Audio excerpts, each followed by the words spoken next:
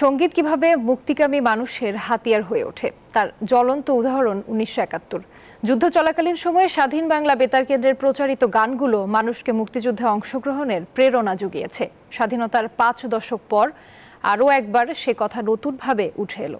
চলমান শিক্ষার্থীদের কোটা সংস্কার আন্দোলনকে কেন্দ্র করে প্রকাশ হয়েছে বেশ কিছু প্রতিবাদী গান, যা এদেশের জনতাকে ঘর থেকে রাজপথে নামিয়েছে, জুগিয়েছে সাহসও। তবে আক্ষেপের বিষয় হলো, সেই তালিকায় নেই দেশের শত শত নামকরা সঙ্গীত শিল্পীদের কারো নাম। বিস্তারিত জানাচ্ছেন ফাতেমা কাউসার। আমি ভুলে যাও, তুমি ভুলে যাও পুরো জাতি।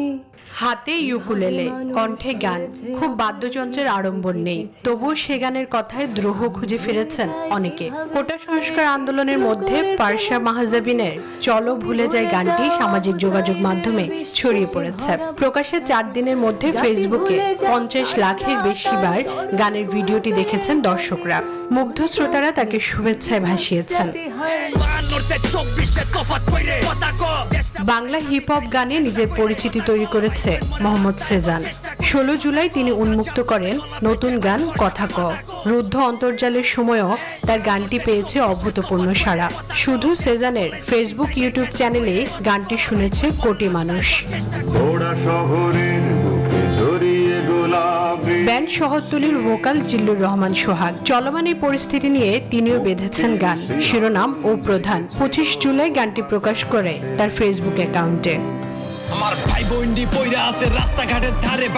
চলমান পরিস্থিতি নিয়ে আরো কিছু গান এসেছে প্রকাশ্যে। এর মধ্যে রয়েছে র্যাপার তানজিবের ছাত্র, র্যাপার হান্নানের আওয়াজ উডা বাংলাদেশ, কোল্ড ক্রাফট ও বিহানের 52, গোল্ড কিউব ও স্ক্যারি ক্রাউয়ের দেশ সংস্কার। সবকটা গান নিয়ে সোশ্যাল মিডিয়ায় চলছে চর্চা।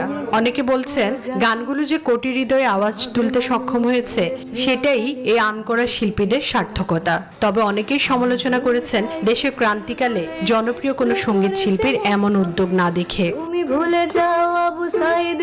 ফাতেমা কাউসার, নিউজ 24, ঢাকা।